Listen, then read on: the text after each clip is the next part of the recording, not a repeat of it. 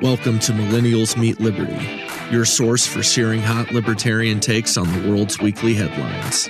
Here's your host, Colt Thompson.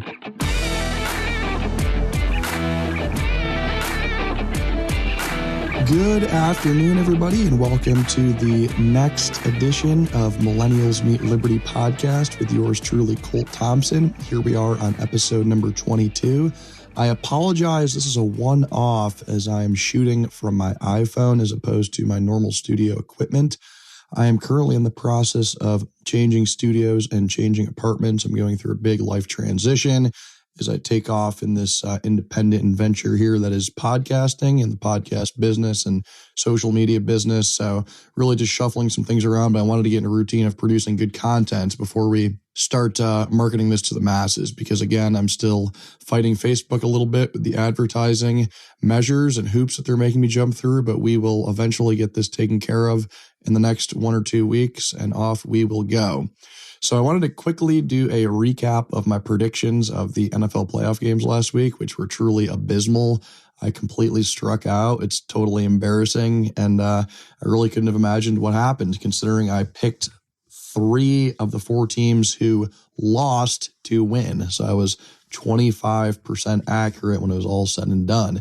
And the funny part is the game that I got right, I was on the fence about picking them, the Eagles, that is, to actually upending the Seahawks at home and upsetting them. But of course, that did not happen. So I went to the Bills game in Houston. I saw Buffalo get up 16-0 before my very eyes. I had a lot of beer in me. I was excited. And then it became a death spiral after that as Deshaun Watson took over and, sent things to overtime and ultimately won by a field goal. So props to the Houston Texans. I got that one wrong. And then following that, the very same night, the other AFC game, the New England Patriots and Tom Brady were dethroned by the Tennessee Titans, knocked out of contention, previous Super Bowl champions in years past, most recently last year. And that's near and dear to my heart because Buffalo is the only team that has been to 4 straight Super Bowls. While they've lost, they hold that distinction of being the only team that has made it 4 years in a row, a feat that has never been touched until the Patriots had an opportunity to do so this year, and they were whacked out of contention, so I'm grateful for that. So thank you, Tennessee, despite me being wrong with that prediction. Then on the NFC side of things, I was completely astonished that the Saints could not take care of business versus the Minnesota Vikings. I guess I should have known a little better. The Vikings have been around in the playoffs the past few years, and while the media likes to pick on Kirk Cousins, he's actually a badass quarterback, and I guess in hindsight, I shouldn't be that surprised, but I thought Drew Brees with his chip on his shoulder and all of his accolades he was hauling down and potentially looking better than Brady this postseason to kind of prove that maybe potentially he is the GOAT, not Tom Brady. Well, I guess that didn't really work out for good old Drew Brees as they took that defeat to Minnesota. So there I was, 3 strikes in a row. And then the game I got right was that the Seahawks had traveled from, again, sea to shining sea to defeat the Eagles, in which they did. The Eagles, on the other hand, in the beginning lost Carson Wentz early, their quarterback. And of course, that did not help things. However, their backup, McCown there, who had his first ever playoff action of his career, was almost in tears towards the end of the game, or I guess in the presser afterwards, just really exemplifying what it meant to him and his family for him to play that playoff game and have an opportunity to do so despite the loss. So there you have it. The Eagles ended up losing, Seahawks winning, and I was 1 of 4 with my picks. So I'm going to spare you guys these week's picks and focus on the main content of this podcast, which is libertarianism, politics, economics, and the world's weekly headlines. So again, 1 weekly episode airing every Friday. You can count on it until we get this listenership up to a point where it needs to be, which we will surely do so. So I wanted to spend some time during this half-hour podcast to discuss a couple things. The big thing that's been in the news outside of the Australian brush fires that are really captivating the world from an ecological perspective and the 500 million animals who have died, I really want to spend more time on the other thing that's dominating the headlines even more so, which is the Iran-United States conflict in Iraq and other spots in the Middle East.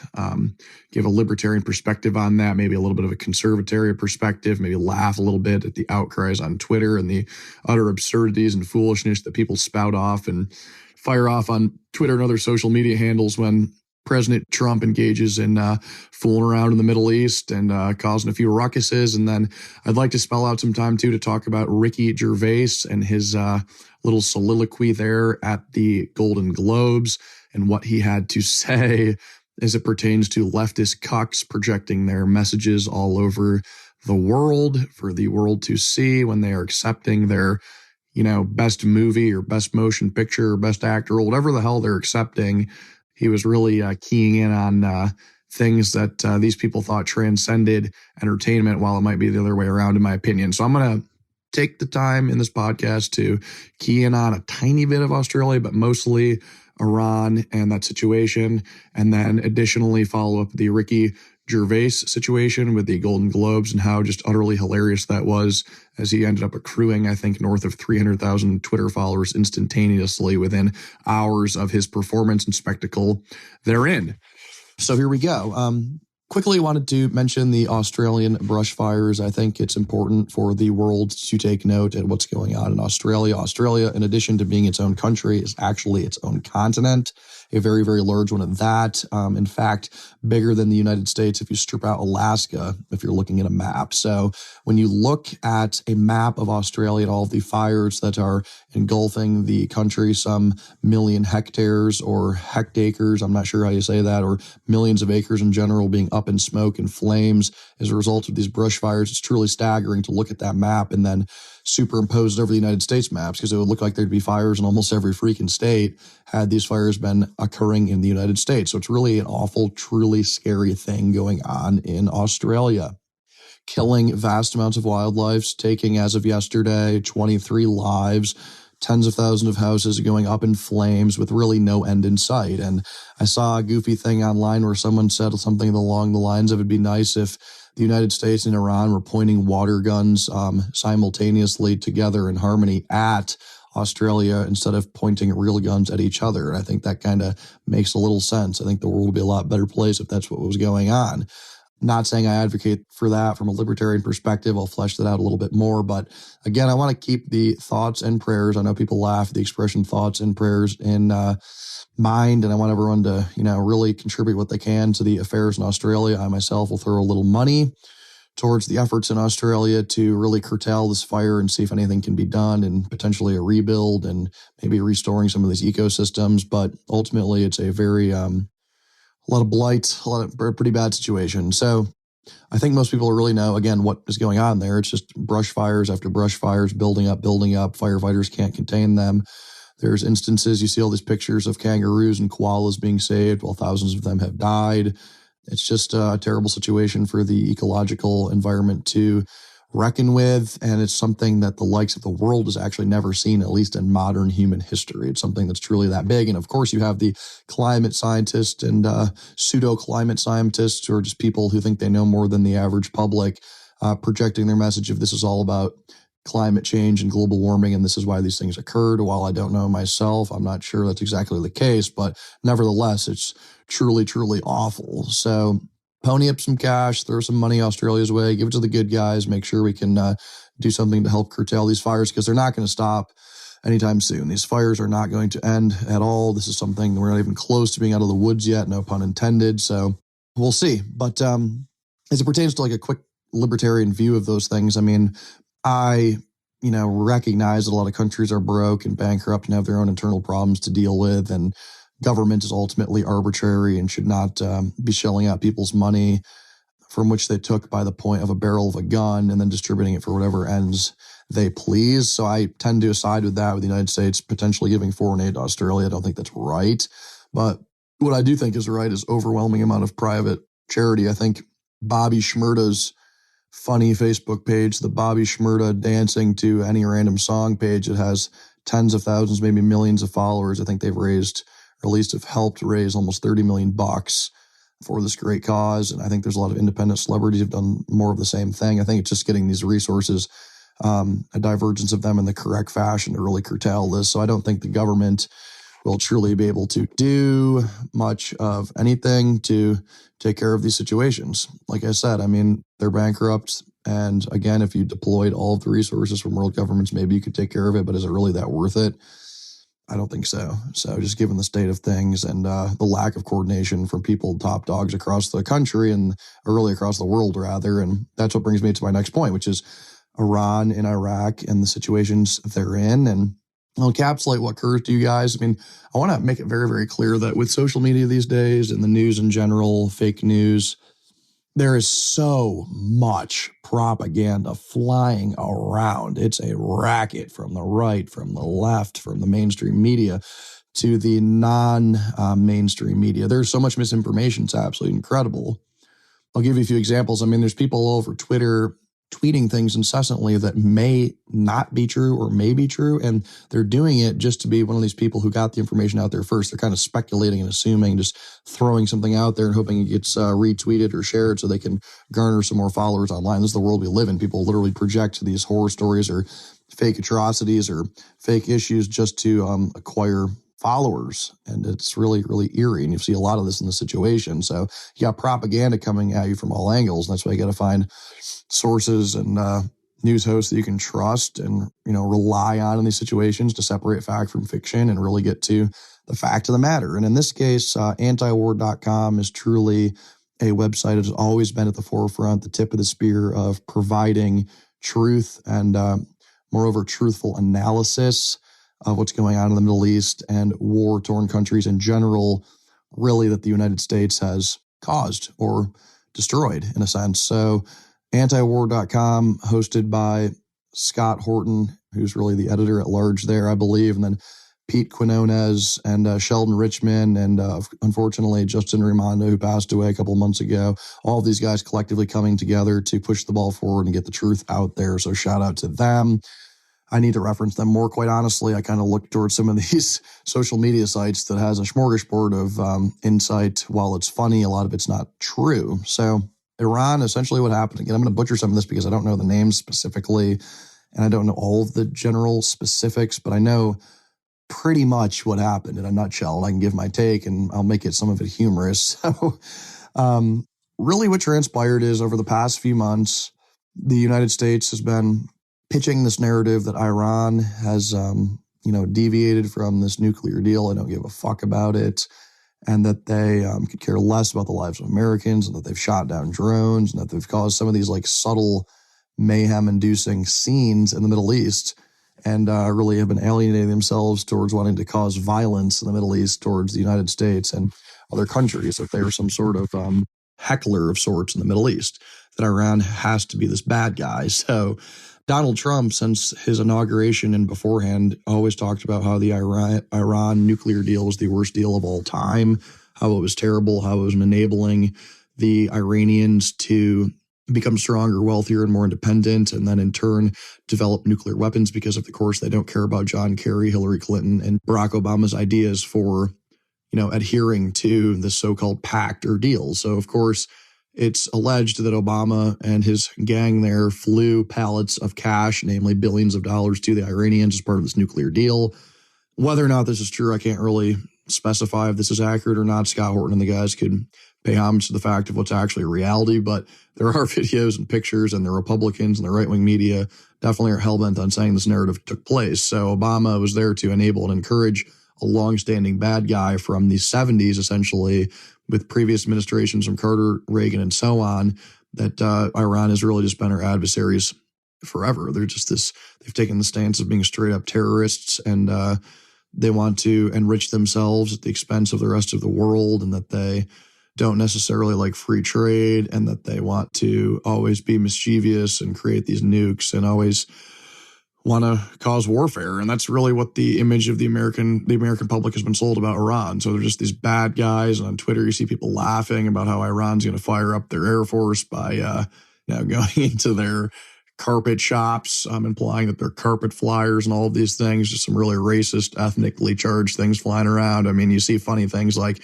Iran fucked with us, so now the United States is going to drop a Lizzo on Iran. I mean, there's these really funny things that come out of these scary situations on Twitter. I mean, a lot of people on Twitter in the United States don't take these things remotely serious. It's laugh out loud funny. And then there's some people who think World War III is on the horizon and that Donald Trump is to blame for everything that has happened in the Middle East, as if there's some sort of new swan song, as if this hasn't been going on for decades. I mean, Donald Trump was put into office to deal with decades of malfeasance and issues in the Middle East the United States has caused. At least that's what he campaigned on. And now here he is kind of saber rattling and showing how he's stronger and more resilient than that of Obama and the previous administration as it pertains to Iran.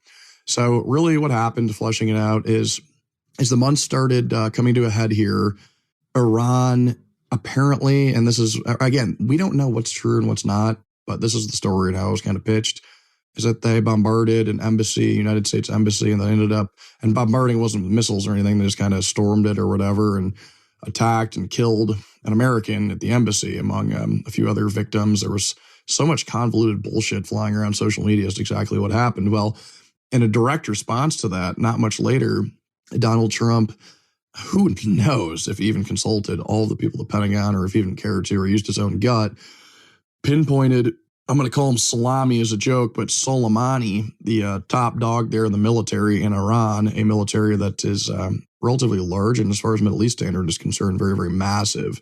A country that has over 80 million people, a third of the United States, but has half the size of our military and people power, while it's conscription and a draft per se, some of it is. It's still really big nonetheless, and they have missiles and they have some sort of technology that the United States has funded for them to be sort of lethal and dangerous. And so Salami there was assassinated by Donald Trump. And when I say by Donald Trump, he authorized the assassination of Salami. He was at an airport in Baghdad, was just leaving on the highway. And of course, you see his SUV blown to smithereens and his body torn apart and his blood red ring among with other dead bodies. And he essentially killed, some would say, the Secretary of State, Vice President, Admiral, top dog general of the United States. The equivalent of literally murdering one of the top officials, one of the most publicly known officials in the military of the United States. I mean, it was absolutely wild what Donald Trump had happen. It was, here's this one American dying at this embassy, some people pissed off outside the embassy charging it, whatever was going on. And mind you, a lot of this is blowback for the Middle East, pissed off the United States for even being there in the first place and causing all sorts of ruckuses. But that's what happened. And so he has this guy killed, Salami, and you instantly see two sides of the fence here. You have some people in the media saying the Iranians are outraged and death to America. And you see another side of the news promoting this as not many people are that mad. It's as if this guy was such a torturous, murderous person who's killed many Americans and he killed his own people. And he's such a bad actor that the people there genuinely wanted to see him dead and that he wasn't a martyr. So there's people picking sides. And this is all because Donald Trump fucking met him with force and fury and ended his fucking life. Trump saying that this guy was plotting the deaths of hundreds or thousands more of Americans. He's plotting terrorist attacks. That's what he's been up to all along. He's been responsible for 600 some odd deaths of Americans, and so on and so on and so on. And then on his Twitter, Trump tweets the American flag out instantly, basically showcasing and grandstanding to the world that, don't fuck with the United States. We're going to come in there and show you who's boss and show you our military might and take out one of your top dogs because we don't give a fuck who he is. To you, he might be some, big name worshipped person around there, a demigod, an idol, whatever. And to us, he's nothing. He's little peanuts. Teach him a lesson. So he's dead. And then, of course, the Iranians are freaking out. And internally, I guarantee you the people in the Iranian military, while they are probably tough macho guys over there, their little beards and everything, ultimately, they do not know. Well, they do know that the United States is capable of wiping them off the map and, of course, turning the entire desert out there to glass, meaning that they would inflict lightning bolts of fury through missiles and such to really fucking destroy the Iranians if they wanted to. So Iran said they were going to respond in kind and that they were pissed. And Soleimani's daughter said this at the funeral. And then, of course, at the funeral, there was a stampede, just a bull rush of people, I don't know, trying to rub the coffin or whatever of Salami there, and 40 people got random steamrolled and died. So all this crazy shit's going on in the Middle East, all because Trump decided he was going to kill Salami. And I don't mean to make light of this because as a libertarian, it's like, this is so fucked up, inhumane, and cruel. But at the end of the day, I mean, how can you not laugh how absurd all of this is? Fucking utterly crazy. This is how horrible and dumb government is. So Iran's like, we're going to fight back. We're going to do something about this. Mark our words. So a few days go by. They go through with the funeral. They follow through with all of that. And then not the same day, missiles are fired out of the sky towards a joint military base that houses Baghdadis, which is really just Iraqis and American soldiers. Two of the bases were attacked. Missiles were fired. There's video documentation of this. It came out of Iran into Iraq trying to hit these U.S. soldiers. And of course, these missiles flying through the air were not Svelte cruise missiles. I think they were ballistic missiles of some sort. And the United States quickly identified them and realized they had 5 or 10 minutes to duck and take cover, for which they did. And then none of them died. But alternatively, of course, like I said earlier, people on Twitter were saying upwards of 20 or 30 Americans died. Why they would say that without knowing, I don't know. Other than they wanted to generate some attention, be the first person to call something is probably just a random guess. Because if the death toll is more, well, at least they said they got the first amount right, and there was still more later they didn't know about. So the whole thing was just fucking silly and dumb. And people are freaking out, saying World War III is going to take place, and all these crazy things are going on. So they're firing these missiles. And of course, the United States could have used their Gatling guns and fired 5,000 rounds out per second and, threw some lead in the air and hit some of these missiles, but they didn't. I think of the 15 missiles or so that were fired, I'm not sure how many were, like 4 of them missed altogether. One of them flew in the dirt. And then Ted made impact, but didn't kill anybody. So there's rumors swirling that the Iranians deliberately didn't kill any Americans. What they wanted to do is just show that they were strong and they were going to retaliate and throw some sort of rabbit punch, as if that shows their true, strength there. Because had they killed a few Americans, which I wasn't convinced that was going to happen, had they done that, Trump would have probably brought us into some sort of war or done something quickly. And I'm glad he didn't. So then Trump's documenting all this via Twitter. And the night before today, he says, all is well. I'm going to address this in the morning. Then he has a presser at 11 today. It, starts like a half hour late. And I saw part of it, and it was mostly kind of walking back the threats of destroying their nation and their cultural sites, because he threatened to destroy 52, which is kind of wild that he identified. That's a straight up inhumane. We're going to destroy some cultural sites and slaughter civilians for what purpose? I mean, this needs to be military versus military, not women and children. If he's going to do something along those lines, well, all he did was just say we're going to tighten the screws on these sanctions and give them devastated economic sanctions, and then we're going to not cause a war with them because we don't want to cause a war that ultimately we will finish, which is fine. So yeah, I'd rather have some sanctions versus that of mass death. But at the same time, sanctions are, an act of war in a sense, that they're hurting the peoples of Iran, and that their cost of living is going up and their access to food and goods is going down. So it is pretty cruel and immoral. And I feel bad. And then, of course, Iran pulls out of the nuclear deal, decides not to honor any of it. All of these things are going on, and Trump causes all of this escalation of conflict and issues and strife. And I don't agree with that per se. But from a conservatarian perspective, let's say the Iranians did, again, all this is provoked. I mean, the grand scheme of things, all this is provoked by the United States. I mean, we're not the Department of Offense. We're the Department of Defense. We've been over there for decades. There's no business of us being over there. There's 40-ish military installations huddled around Iraq. There's hundreds across the globe. There's no reason. The time, money, resources are useless. People are pissed off that we're there occupying those areas. That's why they're saying death to America. It's not because they're envious of us because of our limited government, for which we have none. It's because we have this giant evil empire that's over there fucking with them and causing blowback and angst and animosity towards the United States. But from a conservatarian approach, let's just say, the past didn't happen and Trump's inheriting this fucking nightmare that the military-industrial complex caused with the partnership of the war party, which is the Democrats and Republicans, namely the Bush family, Clinton family, and Obama. Well, if he was here to start over from scratch and really put an end to all of this, if Iran wanted to go toe-to-toe and he was confident he wanted to end it, his whole thing was, look, my objective is to get out of the Middle East, but here's how I'm going to do it. I'm going to fucking destroy them and then come over. I'm not saying that a nuclear weapon and blowing people to smithereens is a good idea. That's awful and totally immoral.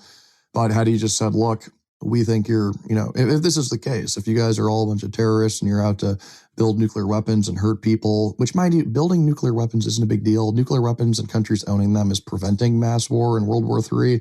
That's the point of nuclear weapons. It's like we're going to follow the Geneva Convention here. We all know that if we become too incivilized and want to kill each other and are that bloodthirsty that a nuclear, weapons to each other, it's just going to ultimately destroy civilization as we know it in the globe. And we don't want that at all. So nuclear weapons, harnessing them, and even if Iran had one, it's not a big deal. It just forces people to be civil and have peace. It's kind of like the equivalent of people having fists. We're not going to use our fists to fight. It's the absolute last resort. It's the same thing in nuclear weapons. It's just a different scale. It's more grandiose. I mean, a massive nuclear, the biggest nuclear weapon in the world, I think, is housed in Russia. It could blow off with one drop of that bomb from Florida to Canada on the east coast of the United States. It would be devastating. Fucking the entire universe would see something like that happen and be nuts. It'd probably cause, earthquakes all over the shell of the United States had that happen. But ultimately, like I said, this whole conservatarian thing, what Trump could have done, I guess. I'm not a military guy. I'm not prescribing any of this. But while this conflict's going on and he thinks Obama fucked everything up and the deal was shitty and Iran was taking advantage of us and that they're ultimately terrorists and they want our blood, all he had to do was say, look, I don't give a fuck if they're going to try to avenge Salami's death by shooting a few missiles at our military installations and pretending to kill people. I'm just going to respond in kind, but what I'm going to do is I'm literally going to destroy half their military, just fucking kill all of them. It is grotesque and horrible as that is. That's how you end these things. Done. And you leave. And people will say, well, there's instability and regime change, all these things. Well, we don't need to be a part of it at that point. Just send the message that we never want to deal with this again, and that's it. I mean, that was the idea. This is a scaled-down version of Hiroshima and Nagasaki. I don't agree with it. It's horrible. Civilians died. People were suffering the effects of radiation down the road and had 3 eyes and all this shit. And they're all fucked up. But yeah, that actually ended everything. Done. Like, it was a very serious approach to, ending something that could potentially be a mass, world war, going burgeoning into decades into the future, something that would just be millions and millions and millions of people dying. So if the idea is we're going to prevent Iran from getting a nuke, that's going to stop World War III. I doubt it. I think we're going to lead to World War III. So either you let them have it, or you fucking destroy half their military, let them build up from scratch in a more peaceable way, but do it on their own. So it's flawed logic. It doesn't work. It's immoral. It's, would cause more blowback ultimately in the long run, but they'd be so busy rebuilding and trying to find their way, they wouldn't have time to build a nuclear weapon, and maybe they'd peaceably have some sort of resolution where they never want something like that to happen to their country again, much like over in Hiroshima and Nagasaki, where they're not very militaristic as a result of all that. They don't hate the United States anymore. It's over. Somebody had to throw the last death punch. But again, none of this is moral. None of it's what I want. And as a libertarian, we need to escape from the Middle East. We've done so much harm that, yes, we do need to rely on being the Department of Defense at this point, defending our borders if we're going to have a military. Insofar as we need a military, we got to be here in the homeland, providing security for the states and our resources and our wealth, not squandering everything overseas and causing this mayhem and issues. So Trump ultimately made nothing better. The guy who died, Salami, I'm just going to go out and be moral here and say, he deserved to die if all of these things are true, if he was that much of a monster. Done. The way he went out, does that make the world safer? No. That's the problem. There lies in the problem. But I'm going to shift gears here because I only have a limited amount of time to talk about this Ricky Gervais fella. And real quick, kind of what went down with him. And he was the host of the Golden Globes some few days ago. And I don't think he's defined as some liberal snowflake who typically hosts the Golden Globes, the Oscars, the Grammys, or the Emmys, or whatever. And traditionally, it's been very, very fashionable over the past 3, 4, 5, 6, 7 years to go against right-wingism in the United States, in air quotes, and Donald Trumpism, in air quotes, and to project this message of inclusivity and equality and women's rights and abortion rights, like all these wild leftist talking points that mean next to nothing, which are just pie in the sky ideas to lure the public into voting for them and for them to attain and acquire power. All these people just pushing all these things, all these hypocrites who are know-nothings, all these Hollywood elitists. It's academia, it's Hollywood, it's big government officials, it's big business, corporate cucks, all walking in lockstep with each other, promoting these ideas of equality that are never attainable, that ultimately divide us because we're talking so much about them. We should just reconcile the fact that everyone is dealt with a different set of cards and they need to play them to the best of their ability instead of trying to steal everybody else's cards out of their hands. Let's do this fair and square and realize that from the jump, no one will have equality, and that's what we got to deal with. So people have used, the Colin Kaepernicks of the world, whether it's a sporting event or an Oscar or a Grammy, whatever's going on. Anytime someone captivates some limelight where all eyes are on them, what they do is they decide they're going to impose their moral superiority and they're going to preach self-righteous bullshit.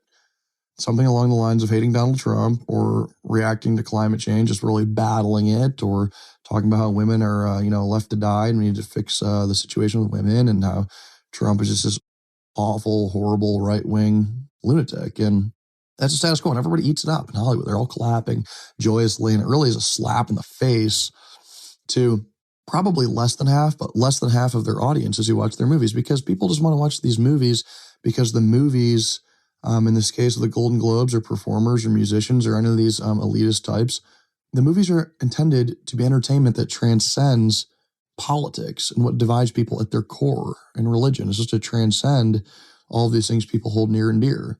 They can insert themselves into a narrative of a movie where they all are separated from the real world, and they're all together in this new journey and entertainment, and they're loving it, and it transcends, their personal beliefs that divides them, and it really bugs people. And that's what people like about films and movies and entertainment and the arts in general. And then, of course, the people who are in charge, or the lead actors and actresses of these flicks, then they get up and then they, get in front of these people that admire them and watch them and have paid millions to see them collectively. And then all of a sudden they just start preaching their religiosity in government and their virtue signaling of how self-righteous they are. And it's sickening. And this has been a habit over and over and over again. We're going to use singing the national anthem to bash Donald Trump and right-wingism. It's going to be, I'm a libertarian, so I'm not like a big flag lover. I'm not going to wrap myself in a flag and really, fucking love it and want to make love to it like Donald Trump. But at the end of the day, it's like these people want to do everything they can to subvert the ideas of constitutionality in America in the beginning, the stuff that's good, the minimized government and securing of our liberties and freedom, stuff that's really awesome and matters, which people will occasionally, point to something that's excellent about America and what American exceptionalism truly is. But, we're so far away from that being a libertarian is so radical when a lot of the constitutionalists were quasi-libertarian. They weren't full-blown anarcho-capitalists. That wasn't their idea. They'd established some sort of government, but they were libertarian in nature. That's what they were. They were constitutional, conservative libertarians. That's what they were. And those types are advocates of free speech and sticking it to the man and realizing what equality truly was and how the government destroys a lot of things and how democracy corrupts and how democracy leads to terrible outcomes in failed nations. So these people in Hollywood are trying to gain more popularity by appealing to the masses because what people in the masses won't, say that equality is bad or equality is good. Of course, they're going to say equality is good, right? You're kind of forced to say those things, but when it gets down to the nitty gritty, it's probably not that good. It doesn't make any sense. So these liberals are out there talking about all of these things, religion, climate change, hating Donald Trump, whatever, save the world, which is fine for them to think that. Do it in their spare time. Don't do it to, people are going to tune out. They're going to not want to watch these shows anymore because people are just there talking about their politics and projections. So it's fitting that a new decade, 2020, this Ricky Gervais fellow basically gets up there and paraphrases and says, nobody cares about any of your guys' political beliefs, your religious beliefs, your personal convictions that you want to put forth on the general public at all. Quit your whining and your bitching. Nobody gives one fuck. He said something to the tune of thank your God and maybe thank your family and thank the people you worked with and, wrap it up. Focus on the product that got you there. Don't focus on posturing and, trying to sell the public in your political views because it's just distasteful. And that goes for the right-wing people too. If they were up there, preaching, saying abortion's so wrong and, we need a wall and all these things that right-wingers believe, but that's just not socially acceptable to say at these events because it's dominated by leftists. They're all capitalists and they pretend to hate capitalism. It doesn't make any sense. They've reaped the biggest benefits from capitalism. They've turned around and slapped it in the face. So Ricky Gervais kind of called him out and it was hilarious and he acquired all these followers and, I'm kind of proud of the guy for doing that. And that's all I really got because I want to keep these things at a half hour and I think we're at 35 minutes. I ran a little over this time. So I hope you enjoyed what I had to say quickly about the playoffs. Australia, Iran, United States, and Ricky Gervais. So that's what I got for this week. Thank you very much.